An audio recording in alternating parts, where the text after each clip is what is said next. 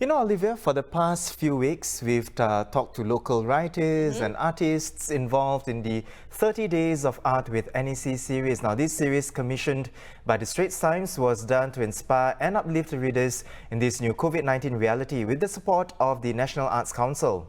Well, in this final installment of this series, we take a look at homegrown company Lariata and its repackaging of a kopi for one, laksa cantata and window shopping into a trio of short films. Before the show, I spoke to two people involved in the project, but first, here's a sneak peek of a Singapore Trilogy.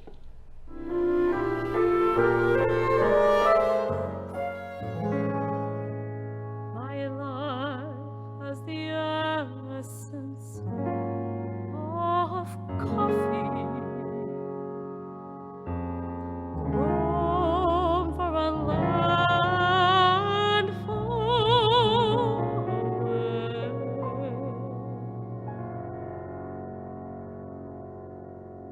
In my heart, I yearn for the floral roast. Ah, laksa, a whiff of the velvety gravy makes my knees tremble with delight. Its tantalizing taste makes me drool. The concoction caresses my senses. Time to shop, time to buy myself a new wardrobe. Time to shop, time to buy myself some new heels, new shoes. Finally, I get the chance to browse here. It's a shopping adventure about to... Joining me now to talk more about this project are Lariata's co-founder and artistic director Akiko Otawa, as well as theatre veteran Nora Samosir. Akiko, let's start with you. Could you tell us more about how a Singapore Trilogy came about? Sure. Actually, this suite comes from a bigger work, a Singapore Trilogy, which we premiered in 2018. In it, Kopi for One, which is the one that I am in, was commissioned and developed over, 2 years of time. And when we were approached by Straits Times, we needed to present a uniquely Singaporean story, but in a bite-sized format, true to our mission. So to produce operas that are in English, bite-sized and relevant. So after our super team was assembled, with the immense help, of course, from Nora, we were able to reimagine these three characters so that they would be stuck at home during this pandemic, singing about what they want to do when all of this is over.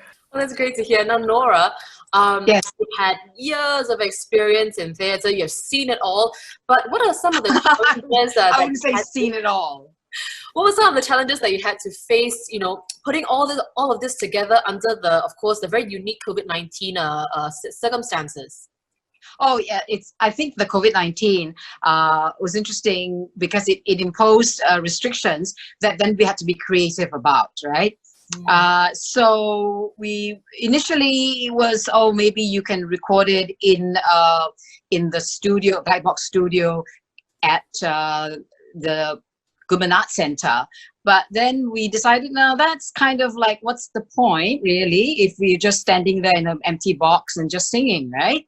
So we had sound engineers and videographers who were up to the challenge to do like a music video.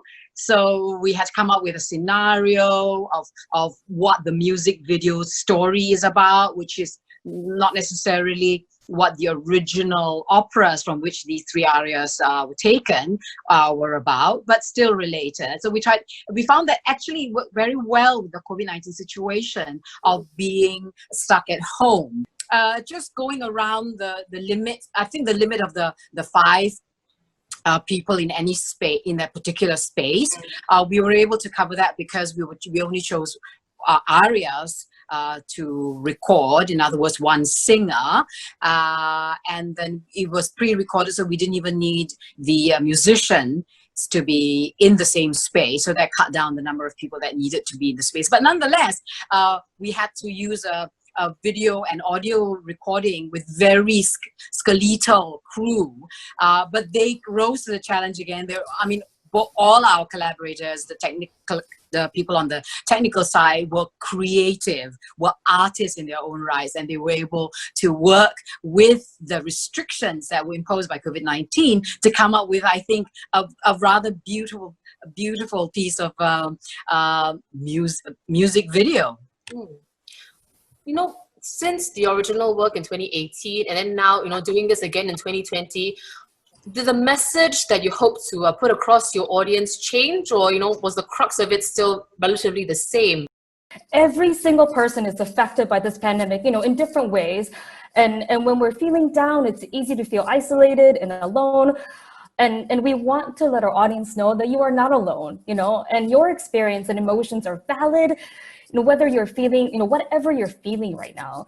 And as human beings, just like we're having this interview now over the internet, this desire to connect is innate, right? And we hope that this show acts as a conversation starter, which is what we have always hoped for audiences with their loved ones about how they're feeling and how they can help one another. And I think one of the greatest things that Ruben Lai, my co-founder, has said is hope is the great fuel that drives us to continue forward. And art is the process of being human. I thought that was so beautifully put together that I have to share that with you. Right, absolutely. Thank you so much for that. And what a fantastic way to end this interview. Akiko, Nora, thank you so much for coming on the show. Thank you. Thank you very much. Go to the Straits Times website to watch Larietta, a Singapore Trilogy, and the other works in the 30 Days of Art with NAC series.